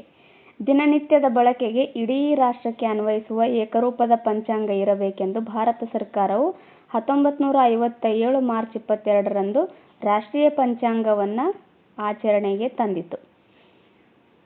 ನಮ್ಮ ರಾಷ್ಟ್ರೀಯ ಪಂಚಾಂಗ ಯಾವಾಗ ಆಚರಣೆಗೆ ತಂದಿತ್ತು ಅಂತ ಹೇಳಿದಾಗ 1957 ಮಾರ್ಚ್ 22ರಂದು ಆಚರಣೆಗೆ ತರುತ್ತೆ ನೋಡಿ ಭಾರತ ಸರ್ಕಾರ. ಈ ಪಂಚಾಂಗವನ್ನು ಸಿದ್ಧಗೊಳಿಸುವುದರಲ್ಲಿ ಖ್ಯಾತ ವಿಜ್ಞಾನಿ ದಿವಂಗತ ಮೇಘನಾಥ್ ಸಹಾ ಅವರ ಪ್ರಮುಖ ಪಾತ್ರ ವಹಿಸಿದ್ದರು. ಈ ರಾಷ್ಟ್ರೀಯ ಪಂಚಾಂಗ ರಚನೆ ಮಾಡೋದ್ರಲ್ಲಿ ಯಾರೊಬ್ಬರು ಪ್ರಮುಖ ಪಾತ್ರ ವಹಿಸಿದ್ದಾರೆ ಅಂತಂದರೆ ಮೇಘನಾಥ್ ಸಹಾ ನೋಡ್ರಿ, ಇವರು ಪ್ರಮುಖವಾಗಿ ಪಾತ್ರ ವಹಿಸ್ತಾರೆ. ರಾಷ್ಟ್ರೀಯ ಪಂಚಾಂಗವು ಶಕವರ್ಷವನ್ನು ಅಳವಡಿಸಿಕೊಂಡಿದೆ. ಶಕವರ್ಷವು ಕ್ರೈಸ್ತ ವರ್ಷದ 78 ವರ್ಷಗಳ ಅನಂತರ ಪ್ರಾರಂಭವಾಗುತ್ತದೆ. ನೋಡ್ರಿ, ಶಕವರ್ಷ ಕ್ರೈಸ್ತ ವರ್ಷದ 78 ವರ್ಷಗಳ ನಂತರ. ಇದನ್ನ ಕನಿಷ್ಕ ಶಕ ಅಂತಾನೂ ಕರೀತಾರೆ. ಕನಿಷ್ಕ ಒಂದು ಶಕೆಯನ್ನು ಹೊರಡಿಸ್ತಾನೆ ಕ್ರಿಸ್ತ ಶಕ 78ರಲ್ಲಿ. ಅದನ್ನ ಶಕಯುಗ ಅಂತ ಕರೀತಾನೆ ಆತ. ಅದೇ ಥರ ಇವರು ಸಹ ಶಕವರ್ಷವನ್ನು ಅಳವಡಿಸ್ಕೊತಾರೆ ನೋಡಿ. ರಾಷ್ಟ್ರೀಯ ಪಂಚಾಂಗದಲ್ಲಿ ವರ್ಷದ ಮೊದಲ ತಿಂಗಳಾದ ಚೈತ್ರ ಮಾಸವು ಸಾಮಾನ್ಯವಾಗಿ ಮಾರ್ಚ್ 22ರಂದು, ಅಧಿಕ ವರ್ಷದಲ್ಲಿ ಅದು ಮಾರ್ಚ್ 21ರಂದು ಪ್ರಾರಂಭವಾಗುತ್ತದೆ. ಭಾರತ ಸರ್ಕಾರವು ರಾಷ್ಟ್ರೀಯ ಪಂಚಾಂಗ ದಿನಾಂಕ ಹಾಗೂ ಸಾಮಾನ್ಯ ಶಕವರ್ಷದ ದಿನಾಂಕಗಳೆರಡನ್ನೂ ಸತ್ಯಪತ್ರ ವ್ಯವಹಾರ ಮತ್ತು ದಾಖಲೆಗಳಲ್ಲಿ ಬಳಕೆ ಮಾಡುತ್ತದೆ. ಹೀಗೆ ನಾವು ದಾಖಲೆಗಳನ್ನು ಬಳಕೆ ಮಾಡ್ತೀವಲ್ಲ, ಅದು ಇದೇ ಪಂಚಾಂಗದಿಂದನೇ ನಾವು ದಾಖಲೆಗಳನ್ನು ಬರೆದಿಡೋದಕ್ಕೆ ಮಾಡೋದಕ್ಕೆಲ್ಲ ನಾವು ಇದನ್ನೇ ಬಳಸ್ತೀವಿ ನೋಡ್ರಿ. ಓಕೆ, ನೆಕ್ಸ್ಟ್ ನೋಡೋಣ. ರಾಷ್ಟ್ರೀಯ ಹಬ್ಬಗಳು ಅಂತ ಬರುತ್ತೆ. ರಾಷ್ಟ್ರೀಯ ಹಬ್ಬಗಳು ಯಾವುವು ಅಂತ ಇನ್ನು ಈ ಹಿಂದಿನ ಕ್ಲಾಸಲ್ಲಿ ಹೇಳಿದ್ದೆ, ರಾಷ್ಟ್ರೀಯ ಭಾವೈಕ್ಯತೆಯಲ್ಲಿ. ದೇಶದ ಎಲ್ಲ ಕಡೆಯಲ್ಲೂ ಸಾರ್ವತ್ರಿಕವಾಗಿ ಆಚರಿಸುವ ಹಬ್ಬಗಳೇ ರಾಷ್ಟ್ರೀಯ ಹಬ್ಬಗಳಾಗಿದ್ದಾವೆ. ಒಂದು ಗಣರಾಜ್ಯ ದಿನ. ಗಣರಾಜ್ಯ ಯಾವಾಗ ಆಚರಣೆ ಮಾಡ್ತೀವಿ ನಾವು ಅಂತ ಕೇಳಿದಾಗ ಜನವರಿ 26, 1950ರಂದು ಗಣರಾಜ್ಯ ದಿನವನ್ನು ಆಚರಣೆ ಮಾಡ್ತೀವಿ. ಗಣರಾಜ್ಯದ ಸಂವಿಧಾನ ಜಾರಿಗೆ ಬಂದಿತ್ತು. ಈ ಗಣರಾಜ್ಯ ದಿನ ಸಂವಿಧಾನ ಯಾವಾಗ ಜಾರಿಗೆ ಬರುತ್ತೆ ಅಂದರೆ ಜನವರಿ 26, 1950ರಂದು ಜಾರಿಗೆ ಬರುತ್ತೆ. ಅದರ ನೆನಪಿಗಾಗಿ ಪ್ರತಿ ವರ್ಷ ಜನವರಿ 26ರಂದು ಭಾರತದ ರಾಷ್ಟ್ರದಾದ್ಯಂತ ಗಣರಾಜ್ಯ ದಿನವನ್ನು ಆಚರಣೆ ಮಾಡ್ತೀವಿ. ಈ ಸಂವಿಧಾನ ಏನು ಜಾರಿಗೆ ಬರುತ್ತಲ್ಲ ಜನವರಿ 26, 1950ರಂದು, ಅದರ ನೆನಪಿಗಾಗಿ ನಾವು ಜನವರಿ 26ನ್ನು ಗಣರಾಜ್ಯ ದಿನವಾಗಿ ಆಚರಣೆ ಮಾಡ್ತೀವಿ. ವಿವಿಧ ಕ್ಷೇತ್ರಗಳಲ್ಲಿ ಸೇವೆ ಸಲ್ಲಿಸಿದವರಿಗೆ ಆ ದಿನ ಪಾರಿತೋಷಕಗಳನ್ನು ನೀಡಲಾಗುತ್ತದೆ. ಅಂದರೆ ಕೆಲವೊಂದಿಷ್ಟು ಕ್ಷೇತ್ರಗಳಲ್ಲಿ ಗಣನೀಯವಾಗಿ ಸೇವೆ ಸಲ್ಲಿಸಿರ್ತಾರಲ್ಲ ಅಂಥವ್ರನ್ನ ಕರೆದು ಇಲ್ಲಿ ಸನ್ಮಾನ ಮಾಡಲಾಗುತ್ತೆ. ಅವರಿಗೆ ಮೆಡಲ್ ಕೂಡ ಕೊಡಲಾಗುತ್ತೆ. ಮುಖ್ಯ ಅತಿಥಿಗಳ ಸಮ್ಮುಖದಲ್ಲಿ ರಾಷ್ಟ್ರಾಧ್ಯಕ್ಷರು ಧ್ವಜಾರೋಹಣ ಮಾಡಿದ ಮೇಲೆ ಮೆರವಣಿಗೆ ಪ್ರಾರಂಭವಾಗುತ್ತೆ. ರಾಷ್ಟ್ರಾಧ್ಯಕ್ಷರು ಇಲ್ಲಿ ಧ್ವಜಾರೋಹಣ ಮಾಡ್ತಾರೆ. ಇದು ಇಂಪಾರ್ಟೆಂಟ್ ನೋಡ್ರಿ. ರಾಷ್ಟ್ರಾಧ್ಯಕ್ಷರು ಧ್ವಜಾರೋಹಣ ಮಾಡ್ತಾರೆ. ಆಗಸ್ಟ್ 15ರಂದು ಪ್ರಧಾನಮಂತ್ರಿಯವರು ಧ್ವಜಾರೋಹಣ ಮಾಡ್ತಾರೆ. ರಾಷ್ಟ್ರದ ರಾಜಧಾನಿಯಾದ ಹೊಸದೆಹಲಿಯಲ್ಲಿ ಅಂದರೆ ನವದೆಹಲಿಯಲ್ಲಿ ನಡೆಯುವ ಮೆರವಣಿಗೆ ಭವ್ಯವಾಗಿರುತ್ತೆ. ಎಲ್ಲ ರಾಜ್ಯಗಳ ರಾಜಧಾನಿಗಳಲ್ಲೂ ಪ್ರಮುಖ ಕಾರ್ಯಕ್ರಮಗಳು ನಡೆಯುತ್ತವೆ. ಈ ದಿನ ಎಲ್ಲ ರಾಜ್ಯಗಳಲ್ಲೂ ಸಹ ಧ್ವಜಾರೋಹಣ ಮಾಡೋದ್ರಿಂದ ಅಲ್ಲಿ ಪ್ರಮುಖವಾದಂತಹ ಕೆಲವೊಂದಿಷ್ಟು ಕಾರ್ಯಕ್ರಮಗಳು ನಡೀತವೆ ನೋಡ್ರಿ. ಗಣರಾಜ್ಯೋತ್ಸವದ ಪೆರೇಡ್ ಹೇಗೆ ಆಗ್ತಾ ಇದೆ ಅಂತ ಇಲ್ಲಿದೆ ನೋಡ್ರಿ ಪೆರೇಡ್. ಸ್ವಾತಂತ್ರ್ಯ ದಿನಾಚರಣೆ. ಸ್ವಾತಂತ್ರ್ಯ ದಿನಾಚರಣೆ ಆಗಸ್ಟ್ 15ರಂದು ಆಚರಣೆ ಮಾಡ್ತೀವಿ. ನಮ್ಮ ರಾಷ್ಟ್ರದಲ್ಲಿ ಸ್ವಾತಂತ್ರ್ಯ ದಿನಾಚರಣೆ ನಡೆಯುತ್ತದೆ ಆಗಸ್ಟ್ 15ರಂದು. ದೆಹಲಿಯ ಕೆಂಪುಕೋಟೆಯಲ್ಲಿ ವಿಶೇಷ ಸಮಾರಂಭ ಏರ್ಪಾಡಾಗುತ್ತೆ. ಜನವರಿ 26 ಗಣರಾಜ್ಯೋತ್ಸವ ದಿನವನ್ನು ಎಲ್ಲಿ ಆಚರಣೆ ಮಾಡ್ತೀವಿ ಅಂತ ಕೇಳಿದಾಗ ನವದೆಹಲಿಯಲ್ಲಿ. ಅದೇ ಆಗಸ್ಟ್ 15 ಸ್ವಾತಂತ್ರ್ಯ ದಿನಾಚರಣೆ ಎಲ್ಲಿ ಧ್ವಜಾರೋಹಣ ಮಾಡ್ತಾರೆ ಅಂತ ಕೇಳಿದಾಗ ಕೆಂಪುಕೋಟೆಯಲ್ಲಿ ಪ್ರಧಾನಿಯವರು ಮಾಡ್ತಾರೆ. ಸ್ವಾತಂತ್ರ್ಯ ಘೋಷಣೆ ಮಾಡಿದಾಗ ಭಾರತದ ತ್ರಿವರ್ಣ ಧ್ವಜ ಹಾರಿದ್ದು ಇಲ್ಲಿಯೇ. ಅಂದರೆ ಸ್ವಾತಂತ್ರ್ಯ ಘೋಷಣೆ ಮಾಡ್ತೀವಲ್ಲ ಆವಾಗ ಭಾರತದ ತ್ರಿವರ್ಣ ಧ್ವಜ ಮೊದಲ ಬಾರಿಗೆ ಇಲ್ಲೇ ಹಾರಿಸ್ತಾರೆ. ಪ್ರತಿ ವರ್ಷ ಆಗಸ್ಟ್ 15ರಂದು ಬೆಳಿಗ್ಗೆ ದೇಶದ ಪ್ರಧಾನಮಂತ್ರಿ ಕೆಂಪುಕೋಟೆಯ ಮೇಲೆ ಧ್ವಜಾರೋಹಣ ಮಾಡುತ್ತಾರೆ. ಅಲ್ಲಿಗೆ ಬಂದವರನ್ನ ಹಾಗೂ ದೇಶವನ್ನು ಉದ್ದೇಶಿಸಿ ಮಾತನಾಡುತ್ತಾರೆ ಇವರು. ಸ್ವಾತಂತ್ರ್ಯ ದಿನಾಚರಣೆಯು ದೇಶಾದ್ಯಂತ ನಡೆಯುವ ಉತ್ಸವ. ಎಲ್ಲೆಲ್ಲೂ ರಾಷ್ಟ್ರ ಧ್ವಜಾರೋಹಣ, ಧ್ವಜವಂದನೆ ನಡೆಯುತ್ತದೆ. ಈ ಜನವರಿ 26 ಹೇಗೆ ಆಚರಣೆ ಮಾಡ್ತೀವೋ ಅದೇ ರೀತಿಯಾಗಿ ಆಗಸ್ಟ್ 15 ಸ್ವಾತಂತ್ರ್ಯ ದಿನವನ್ನು ಸಹ ಇಡೀ ದೇಶಾದ್ಯಂತ ಆಚರಣೆಯನ್ನು ಮಾಡಲಾಗುತ್ತೆ. ನೆಕ್ಸ್ಟು ಗಾಂಧಿ ಜಯಂತಿ. ಮೋಹನ್ ದಾಸ್ ಕರಮ್ಚಂದ್ ಗಾಂಧೀಜಿ ಇವರನ್ನ ಮಹಾತ್ಮ ಅಂತ ಕರೆಯಲಾಗುತ್ತೆ. ಮಹಾತ್ಮ ಎಂದು ಜಗತ್ತಿನಾದ್ಯಂತ ಇವರನ್ನ ಕರೀತಾರೆ. ಅವರ ನಾಯಕತ್ವದಲ್ಲಿ ಭಾರತದ ಸ್ವಾತಂತ್ರ್ಯ ಚಳವಳಿ ಹೊಸ ಶಕ್ತಿ ಪಡೆಯುತ್ತೆ. ಆದ್ದರಿಂದ ಇವರನ್ನ ಸ್ಮರಣಾರ್ಥವಾಗಿ ಗಾಂಧಿ ಜಯಂತಿಯನ್ನು ಆಚರಣೆ ಮಾಡಲಾಗುತ್ತೆ. ಇವರ ನೆನಪಿಗೆ ಗಾಂಧಿ ಹುಟ್ಟಿದ ಅಕ್ಟೋಬರ್ 2ರಂದು ದೇಶಾದ್ಯಂತ ಗಾಂಧಿ ಜಯಂತಿ ಆಚರಿಸಲಾಗುತ್ತಿದೆ. ವಿಶ್ವಸಂಸ್ಥೆಯು ಸಹ ಮಹಾತ್ಮ ಗಾಂಧೀಜಿಯವರ ಜನ್ಮದಿನವಾದ ಅಕ್ಟೋಬರ್ 2ನ್ನು ಅಂತಾರಾಷ್ಟ್ರೀಯ ಅಹಿಂಸಾ ದಿನವೆಂದು ಘೋಷಿಸಿದೆ. ನೋಡ್ರಿ, ಜಗತ್ತಿನಾದ್ಯಂತ ಒಬ್ಬ ವ್ಯಕ್ತಿನ ಸ್ಮರಣೆ ಮಾಡ್ತಾರಂತಂದ್ರೆ ಅವರ ಸಾಧನೆ ಅವಿಸ್ಮರಣೀಯವಾಗಿರುತ್ತೆ. ಅಂದರೆ ಅವರ ಸಾಧನೆ ಅಷ್ಟು ಮೆಚ್ಚತಕ್ಕಂಥದ್ದಾಗಿರುತ್ತೆ. ಆದ್ದರಿಂದ ಇಡೀ ಜಗತ್ತಿನಲ್ಲೇ ಆ ವ್ಯಕ್ತಿನ ನೆನಪಿಸ್ತಾರೆ. ನಾವು ಭಾರತದಲ್ಲಿ ಇವರನ್ನ ಗಾಂಧಿ ಜಯಂತಿ ಅಂತೇಳಿ ಆಚರಣೆ ಮಾಡಿದ್ರೆ ಅಕ್ಟೋಬರ್ 2ರಂದು ಇವರು ಅಹಿಂಸೆಗೋಸ್ಕರ ತುಂಬಾನೇ ಹೋರಾಟ ಮಾಡ್ತಾರೆ. ಯಾರನ್ನು ಸಹ ಹಿಂಸೆ ಮಾಡಬಾರ್ದು. ನಾವು ಸ್ವಾತಂತ್ರ್ಯ ಗಳಿಸ್ಬೇಕು ಅಂತಂದ್ರೆ ಯಾರನ್ನು ಕೊಲೆ ಸುಲಿಗೆ ಮಾಡೋ ಹಾಗಿಲ್ಲ. ನಾವು ಶಾಂತಿಯುತವಾಗಿಯೇ ನಾವು ನಮ್ಮ ದೇಶದ ಸ್ವಾತಂತ್ರ್ಯವನ್ನು ಪಡೆಯೋಣ ಅಂತ ಇವರು ಜನರಲ್ಲಿ ಸಾರ್ತಾರೆ. ಅದನ್ನ ಅಂತಾರಾಷ್ಟ್ರೀಯ ಅಹಿಂಸಾ ದಿನವಾಗಿ ವಿಶ್ವಸಂಸ್ಥೆ ಆಚರಣೆ ಮಾಡುತ್ತೆ. ನೋಡಿ, ಆಚರಣೆ ಮಾಡಬೇಕು ಅಂತೇಳಿ ಘೋಷಣೆ ಮಾಡುತ್ತೆ. ಇವರೊಂದಿಗೆ ಅದೇ ದಿನ ಜನಿಸಿದ ಲಾಲ್ ಬಹದ್ದೂರ್ ಶಾಸ್ತ್ರಿಯವರ ಜನ್ಮ ದಿನಾಚರಣೆಯನ್ನು ಸಹ ಆಚರಿಸಲಾಗುತ್ತದೆ. ಈ ಅಕ್ಟೋಬರ್ 2ರಂದು ಲಾಲ್ ಬಹದ್ದೂರ್ ಶಾಸ್ತ್ರಿ ಮತ್ತು ಮಹಾತ್ಮ ಗಾಂಧೀಜಿಯವರ ಇವರಿಬ್ಬರದು ಜನ್ಮ ದಿನಾಚರಣೆ ಆಗಿರೋದ್ರಿಂದ ಇವರಿಬ್ಬರ ದಿನಾಚರಣೆ ಕೂಡ ಜಯಂತಿಯನ್ನು ಕೂಡ ಅಲ್ಲಿ ಆಚರಣೆ ಮಾಡಲಾಗುತ್ತೆ. ನೋಡಿ, ನೆಕ್ಸ್ಟ್ ಕೆಲವೊಂದಿಷ್ಟು ದಿನಾಚರಣೆಗಳು ಬರ್ತವೆ. ಅಂಬೇಡ್ಕರ್ ಜಯಂತಿ ಬರುತ್ತೆ. ಸ್ವತಂತ್ರ ಭಾರತದ ಸಂವಿಧಾನವನ್ನು ಅತ್ಯಂತ ಸಮರ್ಪಕವಾಗಿ ರಚಿಸಿದ ಕರಡು ರಚನಾ ಸಮಿತಿಯ ಅಧ್ಯಕ್ಷರಾಗಿ ಡಾಕ್ಟರ್ ಬಾಬಾ ಸಾಹೇಬ್ ಭೀಮ್ರಾವ್ ರಾಮ್ಜಿ ಅಂಬೇಡ್ಕರ್ ಅವರು ತುಂಬಾನೇ ಶ್ರಮ ವಹಿಸಿದ್ದಾರೆ. ಆದ್ದರಿಂದ ಇವರ ಜನ್ಮದಿನವಾದ ಏಪ್ರಿಲ್ 14ನ್ನ ಪ್ರತಿ ವರ್ಷ ಅಂಬೇಡ್ಕರ್ ಜಯಂತಿ ಅಂತೇಳಿ ಆಚರಣೆ ಮಾಡ್ತೀವಿ. ಅಂಬೇಡ್ಕರ್ ಜಯಂತಿ ಯಾವ ದಿನದಂದು ಆಚರಣೆ ಮಾಡ್ತೀವಿ ಅಂತ ಕೇಳಿದಾಗ ಏಪ್ರಿಲ್ 14ರಂದು ಆಚರಣೆ ಮಾಡ್ತೀವಿ. ನೋಡಿ, ಸಾಮಾಜಿಕ ಸ್ವಾತಂತ್ರ್ಯವಿಲ್ಲದ ರಾಜಕೀಯ ಸ್ವಾತಂತ್ರ್ಯವು ಅರ್ಥಹೀನ ಎಂದು ಡಾಕ್ಟರ್ BR ಅಂಬೇಡ್ಕರ್ ಅವರು ಬಲವಾಗಿ ನಂಬಿದ್ದರು. ಈ ಒಂದು ವಾಕ್ಯ ಕೇಳ್ತಾರೆ ನೋಡಿ, ಏನಂತ ಕೇಳ್ತಾರೆ? ಸಾಮಾಜಿಕ ಸ್ವಾತಂತ್ರ್ಯವಿಲ್ಲದ ರಾಜಕೀಯ ಸ್ವಾತಂತ್ರ್ಯವು ಅರ್ಥಹೀನ ಎಂದು ಹೇಳಿದವರು ಯಾರು? ಈ ವಾಕ್ಯವನ್ನು ಕೊಟ್ಟವರು ಯಾರು ಅಂತ TET-ನಲ್ಲಿ ಕೇಳ್ತಾರೆ. ಈ ಥರ ವಾಕ್ಯಗಳು ಒಂದು 2ರಿಂದ 3 ಕ್ವಶನ್ ಇದ್ದೇ ಇರುತ್ತೆ ನೋಡಿ. ಹಾಗಾಗಿ ಇಂಪಾರ್ಟೆಂಟ್ ಆಗುತ್ತೆ. ಸ್ವಲ್ಪ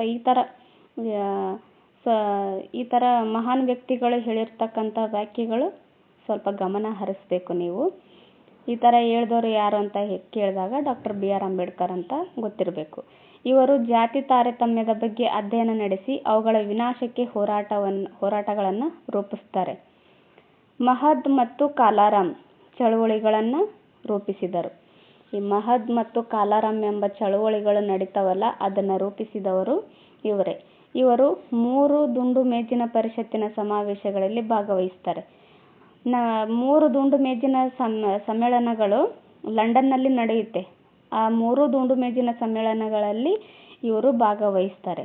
ಅಮೂಲ್ಯವಾದಂತಹ ಸಲಹೆ ಸೂಚನೆಗಳನ್ನು ಇವರು ನೀಡಿದ್ದರು. ಓಕೆ, ನೆಕ್ಸ್ಟ್ ನೋಡೋಣ. ಶಿಕ್ಷಕರ ದಿನಾಚರಣೆ. ಭಾರತದ 2ನೇ ರಾಷ್ಟ್ರಪತಿ ಡಾಕ್ಟರ್ S ರಾಧಾಕೃಷ್ಣನ್ 2ನೇ ರಾಷ್ಟ್ರಪತಿಯಾಗಿರ್ತಾರೆ. ಡಾಕ್ಟರ್ S ರಾಧಾಕೃಷ್ಣನ್ ಅವರ ಪಾಂಡಿತ್ಯ ಅಗಾಧವಾದುದು. ಶ್ರೇಷ್ಠ ಶಿಕ್ಷಕರು ತತ್ವಜ್ಞಾನಿಯಾದ ರಾಮಕೃಷ್ಣನ್ ಅವರ ಜನ್ಮದಿನವಾದ ಸೆಪ್ಟೆಂಬರ್ 5ನ್ನು ಶಿಕ್ಷಕರ ದಿನ ಅಂತೇಳಿ ಆಚರಣೆ ಮಾಡ್ತೀವಿ. ಶಿಕ್ಷಕರ ದಿನ ಎಷ್ಟರಲ್ಲಿ ಆಚರಣೆ ಮಾಡ್ತೀವಿ ಅಂತ ಈ ಹಿಂದೆ TET-ನಲ್ಲಿ ಕೇಳಿದ್ರು ನೋಡಿ, ಒಂದ್ಸಾರಿ ಕೇಳಿದ್ರು. ಸೆಪ್ಟೆಂಬರ್ 5ನ್ನು ಶಿಕ್ಷಕರ ದಿನ ಅಂತೇಳಿ ಆಚರಣೆ ಮಾಡ್ತೀವಿ. ಇದು ಕರ್ನಾಟಕದ ಮೈಸೂರು ವಿಶ್ವವಿದ್ಯಾನಿಲಯದಲ್ಲಿ ಕಾರ್ಯನಿರ್ವಹಿಸಿದ್ದರು. S ರಾಧಾಕೃಷ್ಣನ್ ಇದ್ದಾರಲ್ಲ, ಇವರು ಕರ್ನಾಟಕದ ಮೈಸೂರು ವಿವಿನಲ್ಲಿ ಕಾರ್ಯನಿರ್ವಹಣೆಯನ್ನು ಮಾಡಿರ್ತಾರೆ. ನೆಕ್ಸ್ಟ್ ಮಕ್ಕಳ ದಿನಾಚರಣೆ ಬರುತ್ತೆ. ಮಕ್ಕಳ ದಿನಾಚರಣೆ ಭಾರತದ ಪ್ರಥಮ ಪ್ರಧಾನಿಯಾಗಿರ್ತಕ್ಕಂಥ ಜವಾಹರ್ಲಾಲ್ ನೆಹರು ಅವರು ಅವರ ಜನ್ಮದಿನ ನವೆಂಬರ್ 14 ಮಕ್ಕಳ ದಿನವೆಂದು ಆಚರಣೆ ಮಾಡಲಾಗುತ್ತೆ. ನೆಹರು ನಿಸರ್ಗಪ್ರಿಯ. ಕೆಂಪು ಗುಲಾಬಿ ಅವರ ಪ್ರೀತಿಯ ಹೂ. ಪಂಡಿತ್ ಜವಾಹರಲಾಲ್ ನೆಹರು ಅವರು ಹೋಮ್ ರೂಲ್ ಚಳವಳಿಯೊಂದಿಗೆ ಸ್ವಾತಂತ್ರ್ಯ ಹೋರಾಟದಲ್ಲಿ ಪ್ರವೇಶಿಸ್ತಾರೆ. ಸ್ವಾತಂತ್ರ್ಯ ಹೋರಾಟದಲ್ಲಿ ಯಾವ ಒಂದು ಚಳವಳಿಯಿಂದ ಪ್ರವೇಶಿಸ್ತಾರೆ ಲಾಲ್ ಬಹದ್ದೂರ್ ಶಾಸ್ತ್ರಿ ಅವರು, ಜವಾಹರಲಾಲ್ ನೆಹರು ಅವರು ಅಂತ ಕೇಳಬಹುದು ಎಕ್ಸಾಮಲ್ಲಿ. ಆವಾಗ ಹೋಮ್ ರೂಲ್ ಚಳವಳಿ ಮೂಲಕ ಇವರೇನು ಈ ಸ್ವಾತಂತ್ರ್ಯ ಹೋರಾಟದಲ್ಲಿ ಭಾಗವಹಿಸ್ತಾರೆ. ಇವರ ಜನ್ಮದಿನವಾದ ನವೆಂಬರ್ 14 ಮಕ್ಕಳ ದಿನ ಅಂತೇಳಿ ಆಚರಣೆ ಮಾಡ್ತಾರೆ ನೋಡಿ.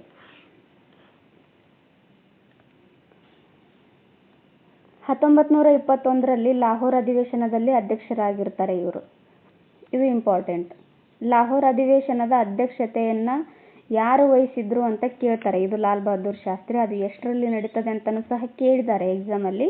ಇದು 1929ರಂದ ನಡೆಯುತ್ತೆ. ಆವತ್ತೇ ನಮ್ಮ ಭಾರತ ಸ್ವಾತಂತ್ರ್ಯ ಘೋಷಣೆ ಆಗಬೇಕು ಅಂತ ಇವರಿಲ್ಲಿ ಘೋಷಣೆ ಮಾಡ್ತಾರೆ. ಕೈಗಾರಿಕೀಕರಣ ಮತ್ತು ನವಭಾರತದ ಶಿಲ್ಪಿಯಾಗಿ ಭಾರತದ ಮೊದಲ ಪ್ರಧಾನಮಂತ್ರಿಯಾಗಿದ್ದ ನೆಹರೂರವರನ್ನು ನಾವು ಕಾಣುತ್ತೇವೆ. ಸ್ವಾತಂತ್ರ್ಯ ನಂತರ ಪಂಚವಾರ್ಷಿಕ ಯೋಜನೆಗಳು ಮತ್ತು ವಿದೇಶಾಂಗ ನೀತಿಯಾದ ಅಲಿಪ್ತ ನೀತಿಯ ರೂವಾರಿಗಳು ಸಹ ಇವರೇ ಆಗಿದ್ದಾರೆ. ಹಾಗೆ ಪಂಚಶೀಲ ತತ್ವಗಳ ಪ್ರತಿಪಾದಕರು ಸಹ ಇವರೇ ನೋಡಿ. ಇವೆಲ್ಲ ಎಕ್ಸಾಮಲ್ಲಿ ಕೇಳಿರವೆ ನೋಡಿ. ವಿದೇಶಾಂಗ ನೀತಿ, ಅಲಿಪ್ತ ನೀತಿಯ ರೂವಾರಿ ಯಾರಾಗಿದ್ರು, ಆಮೇಲೆ ಪಂಚಶೀಲ ತತ್ವಗಳ ಪ್ರತಿಪಾದಕರು ಯಾರು, ಪಂಚವಾರ್ಷಿಕ ಯೋಜನೆಗಳನ್ನು ಜಾರಿಗೆ ತಂದವರು ಯಾರು, ಈ ಥರ ಎಲ್ಲ ಎಕ್ಸಾಮಲ್ಲಿ ಕೇಳಿದ್ದಾರೆ. ಇವರು ಲಾಲ್ ಬಹದ್ದೂರ್ ಶಾಸ್ತ್ರಿ ಅವರೇ ನೋಡಿ. ಇವರು ಪರೀಕ್ಷಾ ದೃಷ್ಟಿಯಿಂದ ಇವರು ತುಂಬಾ ಇಂಪಾರ್ಟೆಂಟ್ ಆಗ್ತಾರೆ. ಇವ್ರ ಬಗ್ಗೆ ಸಾಕಷ್ಟು ಎಕ್ಸಾಮ್ಗಳಲ್ಲಿ ಕೇಳ್ತಾರೆ. ನೆಕ್ಸ್ಟು ಸ್ವಾಮಿ ವಿವೇಕಾನಂದರು ರಾಷ್ಟ್ರೀಯ ಯುವ ದಿನಾಚರಣೆಯನ್ನು, ಸ್ವಾಮಿ ವಿವೇಕಾನಂದರ ಜನ್ಮದಿನ ಏನೈತಲ್ಲ ಅದನ್ನು ರಾಷ್ಟ್ರೀಯ ಯುವ ದಿನ ಅಂತೇಳಿ ಆಚರಣೆ ಮಾಡ್ತಾರೆ. ಸ್ವಾಮಿ ವಿವೇಕಾನಂದರು 1863ರಲ್ಲಿ ಜನಿಸ್ತಾರೆ. 1902ರಲ್ಲಿ ಇವರು ಮರಣವನ್ನಪ್ಪುತ್ತಾರೆ ನೋಡಿ. ಯುವ ಪೀಳಿಗೆಗೆ ಅದಮ್ಯ ಚೇತನ ನೀಡಿ ಇಡೀ ರಾಷ್ಟ್ರವನ್ನು ಹೊಸ ದಿಶೆಯತ್ತ ಕೊಂಡೊಯ್ದರು ಇವರು. ಮತಧರ್ಮದ ಹೆಸರಿನಲ್ಲಿ ಅಂಧಶ್ರದ್ಧೆ ಹೋಗಲಾಡಿಸಿ ಕ್ರಾಂತಿಕಾರಕ ವಿಚಾರಗಳನ್ನು ಪ್ರಚಾರಪಡಿಸ್ತಾರೆ. ಹಾಗೂ ರಾಮಕೃಷ್ಣ ಮಿಷನ್ ಅನ್ನ ಇವರು ಸ್ಥಾಪನೆ ಮಾಡ್ತಾರೆ. ರಾಮಕೃಷ್ಣ ಮಿಷನ್ ಸ್ಥಾಪಿಸಿದವರು ಯಾರು ಅಂತ ಎಕ್ಸಾಮಲ್ಲಿ ಕೇಳಿದ್ರು. ಈ ಹಿಂದೆ ಎಕ್ಸಾಮ್ ನಡೆದಿರ್ದಾವಲ್ಲ ಅದರಲ್ಲಿ ಕೇಳಿದ್ರು. ಈ ರಾಮಕೃಷ್ಣ ಮಿಷನ್ ಅನ್ನು ಸ್ಥಾಪಿಸಿದವರು ಸ್ವಾಮಿ ವಿವೇಕಾನಂದರು. ಸನ್ಯಾಸ ಜೀವನಕ್ಕೆ ಸಮಾಜ ಸೇವೆ ಹೊಸ ಆಯಾಮವನ್ನು ನೀಡಿದವರು ಸ್ವಾಮಿ ವಿವೇಕಾನಂದರು. ದರಿದ್ರರು, ಅಜ್ಞಾನಿಗಳು, ಅನಕ್ಷರಸ್ಥರು, ರೋಗಿಗಳು ಇವರೇ ನಮ್ಮ ದೇಶದ ದೇವರಾಗಲಿ. ಇವರ ಸೇವೆ ಮಾಡುವುದೇ ಸರ್ವಶ್ರೇಷ್ಠ ಧರ್ಮವೆಂದು ತಿಳಿಯಿರಿ. ನೋಡ್ರಿ, ಇಲ್ಲಿ ಕೂಡ ಒಂದು ವಾಕ್ಯ ಕೊಡ್ತಾರೆ ಇವರು. ಸ್ವಾಮಿ ವಿವೇಕಾನಂದರು ಕೊಟ್ಟಿರ್ತಕ್ಕಂಥ ವಾಕ್ಯ ಏನು ಅಂತ ಎಕ್ಸಾಮಲ್ಲಿ ಕೇಳಬಹುದು. ಇಲ್ಲ ಈ ವಾಕ್ಯ ಕೊಟ್ಟಿದ್ದು ಈ ವಾಕ್ಯವನ್ನು ಹೇಳಿದವರು ಯಾರು ಅಂತ ಕೇಳ್ತಾರೆ. ದರಿದ್ರರು, ಅಜ್ಞಾನಿಗಳು, ಅನಕ್ಷರಸ್ಥರು, ರೋಗಿಗಳು ಇವರೇ ನಿಮ್ಮ ದೇವರಾಗಲಿ. ಇವರ ಸೇವೆ ಮಾಡುವುದೇ ಸರ್ವಶ್ರೇಷ್ಠ ಧರ್ಮವೆಂದು ತಿಳಿಯಿರಿ ಅಂತ ಜನರಿಗೆ ಒಂದು ಸಂದೇಶ ನೀಡ್ತಾರೆ ಸ್ವಾಮಿ ವಿವೇಕಾನಂದರು. ಅವರ ಜನ್ಮದಿನವನ್ನು ರಾಷ್ಟ್ರೀಯ ಯುವ ದಿನ ಅಂತೇಳಿ ಆಚರಣೆ ಮಾಡ್ತಾರೆ. ಅವರ ಜನ್ಮದಿನ ಯಾವುದು ಅಂತ ಕೇಳಿದಾಗ ಜನವರಿ 12 ನೋಡಿ. ಇದು ನೆಟ್ ಎಕ್ಸಾಮಲ್ಲೂ ಸಹ ಕೇಳಿದ್ದಾರೆ ನೋಡಿ. ಈ NET ನೆಟ್ ಆಗುತ್ತಲ್ಲ, MA ಆದಮೇಲೆ ಏನು ಎಕ್ಸಾಮ್ ನಡೆಸ್ತಾರಲ್ಲ ನೆಟ್ಟು, ಆ ಎಕ್ಸಾಮಲ್ಲೂ ಸಹ ಕೇಳಿದ್ರು ನೋಡಿ. ಇವರ ಜನ್ಮ ದಿನಾಚರಣೆ ಯಾವಾಗ, ಇವ ರಾಷ್ಟ್ರೀಯ ಯುವ ದಿನಾಚರಣೆ ಅಂತೇಳಿ ಜನವರಿ 12ರಂದು ಆಚರಣೆ ಮಾಡ್ತಾರೆ. ಕೇಂದ್ರ ಸರ್ಕಾರ ಇದನ್ನು ಘೋಷಣೆ ಮಾಡುತ್ತೆ. ಕರ್ನಾಟಕ ಸರ್ಕಾರ ಈ ಸಂದರ್ಭದಲ್ಲಿ ಯುವ ಜನರಿಗೆ ಪ್ರೋತ್ಸಾಹ ನೀಡಲು ಹೊಸ ಯುವ ನೀತಿಯನ್ನು ಪ್ರಕಟಿಸಿದೆ ನೋಡಿ. ಓಕೆ, ನೆಕ್ಸ್ಟ್ ನೋಡೋಣ. ಕರ್ನಾಟಕ ರಾಜ್ಯೋತ್ಸವ ದಿನಾಚರಣೆಯನ್ನು ಯಾವಾಗ ಆಚರಿಸ್ತೀವಿ ಅಂತ ಕೇಳಿದಾಗ ನವೆಂಬರ್ 1ರಂದು ನಾವು ಕರ್ನಾಟಕ ರಾಜ್ಯೋತ್ಸವವನ್ನು ಆಚರಣೆ ಮಾಡ್ತೀವಿ. ಬಾಂಬೆ, ಮದ್ರಾಸು ಮತ್ತು ಹೈದರಾಬಾದ್ ಪ್ರಾಂತ್ಯಗಳಲ್ಲಿದ್ದ ಕನ್ನಡ ಪ್ರದೇಶಗಳನ್ನು ಮತ್ತು ಕೊಡಗು ಪ್ರಾಂತ್ಯವನ್ನು ಮೈಸೂರು ಪ್ರಾಂತ್ಯದ ಜೊತೆಗೆ ಒಂದುಗೂಡಿಸಿ 1956 ನವೆಂಬರ್ 1ರಂದು, ಇದು ಇಂಪಾರ್ಟೆಂಟ್ ನೋಡ್ರಿ, ಈ ಡೇಟ್ ಇಂಪಾರ್ಟೆಂಟ್ ಆಗಿದೆ. 1956 ನವೆಂಬರ್ 1ರಂದು ಕನ್ನಡ ರಾಜ್ಯವನ್ನು ನಿರ್ಮಾಣ ಮಾಡಲಾಯಿತು. ಕನ್ನಡ ರಾಜ್ಯವನ್ನು ಯಾವಾಗ ನಿರ್ಮಾಣ ಮಾಡಿದ್ದಾರೆ ಅಂತ ಕೇಳಿದ್ದಾರೆ ಈ ಹಿಂದೆ ಎಕ್ಸಾಮಲ್ಲಿ. 1956 ನವೆಂಬರ್ 1ರಂದು ಮಾಡ್ತಾರೆ. ಇದನ್ನು ಮೈಸೂರು ರಾಜ್ಯ ಅಂತೂ ಕರೀತಾರೆ. ಕನ್ನಡ ರಾಜ್ಯ ಅಂತೇಳಿ ನಿರ್ಮಾಣ ಮಾಡ್ತಾರೆ. ನೆಕ್ಸ್ಟ್ ಇದನ್ನು ಮೈಸೂರು ರಾಜ್ಯ ಅಂತ ಕರೀತಾರೆ. ಇದರ ನೆನಪಿಗಾಗಿ ಪ್ರತಿ ವರ್ಷ ನವೆಂಬರ್ 1ಅನ್ನು ಕರ್ನಾಟಕ ರಾಜ್ಯೋತ್ಸವ ಅಂತೇಳಿ ನಾವು ಆಚರಣೆ ಮಾಡ್ತೀವಿ. ನೆಕ್ಸ್ಟು ಈ ಡೇಟ್ ಇಂಪಾರ್ಟೆಂಟ್ ಆಗುತ್ತೆ. ಯಾಕೆ ಇಂಪಾರ್ಟೆಂಟ್ ಆಗುತ್ತೆ ಅಂದರೆ 1973 ನವೆಂಬರ್ 1ರಂದು ಅಂದಿನ ಮುಖ್ಯಮಂತ್ರಿ ಆಗಿರ್ತಕ್ಕಂಥ ದೇವರಾಜ ಅರಸು ಅವರು ಈ ಮೈಸೂರು ರಾಜ್ಯವನ್ನು ಕರ್ನಾಟಕ ರಾಜ್ಯ ಅಂತೇಳಿ ಮರುನಾಮಕರಣ ಮಾಡ್ತಾರೆ. ಇದು ಕೇಳಿದರು ಹಿಂದೆ ಎಕ್ಸಾಮಲ್ಲಿ. ಮೈಸೂರು ರಾಜ್ಯವನ್ನು ಕರ್ನಾಟಕ ರಾಜ್ಯ ಅಥವಾ ಕರ್ನಾಟಕ ರಾಜ್ಯವೆಂದು ಮರುನಾಮಕರಣ ಮಾಡಲಾಯಿತು. ಅದು ಎಷ್ಟರಲ್ಲಿ ಅಂತ ಕೇಳಿದ್ದಾರೆ ಎಕ್ಸಾಮಲ್ಲಿ. 1973 ನವೆಂಬರ್ 1ರಂದು. ಆಗಿನ ಮುಖ್ಯಮಂತ್ರಿಗಳು ಯಾರಾಗಿದ್ದರು ಅಂತ ಕೇಳಿದರು. ದೇವರಾಜ ಅರಸು ಅವರು ಆಗಿನ ಮುಖ್ಯಮಂತ್ರಿಯಾಗಿರ್ತಾರೆ. ಇವರೇ ಈ ಕರ್ನಾಟಕ ರಾಜ್ಯ ಮರುನಾಮಕರಣ ಮಾಡಿರ್ತಕ್ಕಂಥ ರೂವಾರಿಯಾಗಿದ್ದಾರೆ ನೋಡಿ. ಓಕೆ, ಇವತ್ತಿಂದು ಇದಿಷ್ಟು ಪಾಠ ಮುಗೀತು. ಬಿಟ್ಟ ಸ್ಥಳ ನೋಡೋಣ.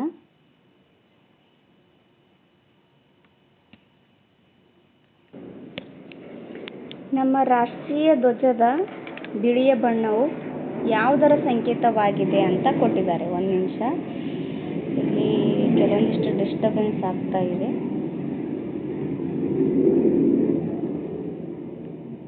ಬಿಳಿಯ ಬಣ್ಣ ಯಾವುದರ ಸಂಕೇತವಾಗಿದೆ ಅಂತ ಕೇಳಿದರೆ ಸತ್ಯ,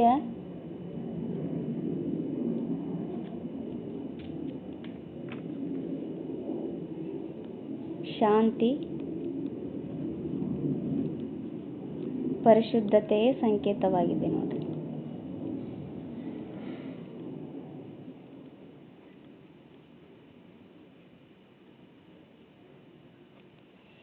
ಸತ್ಯ, ಶಾಂತಿ ಮತ್ತು ಪರಿಶುದ್ಧತೆಯ ಸಂಕೇತವಾಗಿ ಬಿಳಿ ಬಣ್ಣವನ್ನು ನಮ್ಮ ರಾಷ್ಟ್ರಧ್ವಜದಲ್ಲಿ ಅಳವಡಿಸಿಕೊಳ್ಳಲಾಗಿದೆ.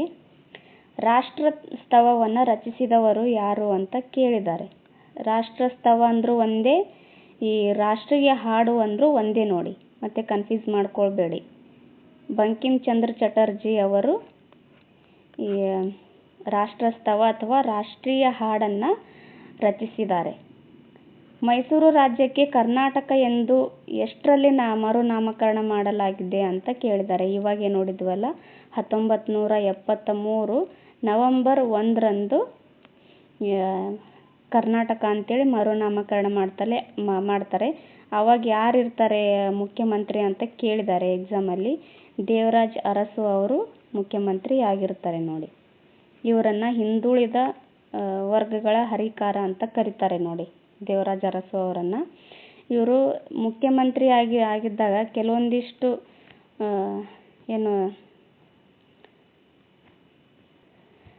ಸಮಾಜದಲ್ಲಿ ಸುಧಾರಣೆಗಳನ್ನು ತಗೊಂಡು ಬಂದಿದ್ದಾರೆ.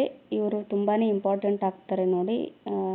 ಇವ್ರ ಬಗ್ಗೆ ಮುಂದೆ ಪಾಠದಲ್ಲಿ ಬಂದರೆ ನೋಡೋಣ.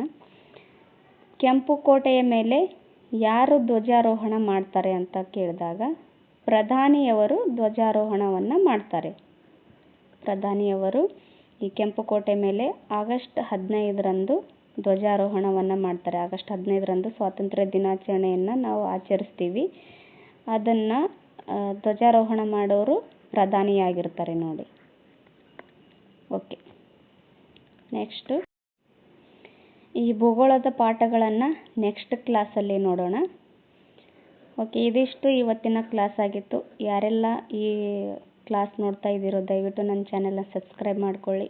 ಹಾಗೂ ಈ ವಿಡಿಯೋ ನಿಮಗೆ ಇಷ್ಟ ಆದರೆ ಒಂದು ಲೈಕ್ ಮಾಡಿ, ಕಮೆಂಟ್ ಮಾಡಿ ಮತ್ತು ನಿಮ್ಮ ಫ್ರೆಂಡ್ಸ್ಗಳ ಜೊತೆನೂ ಈ ವಿಡಿಯೋನ ಶೇರ್ ಮಾಡ್ಕೊಳ್ಳಿ. ಇಷ್ಟೊತ್ತು ಈ ವಿಡಿಯೋ ನೋಡಿದ್ದಕ್ಕೆ ಥ್ಯಾಂಕ್ ಯು.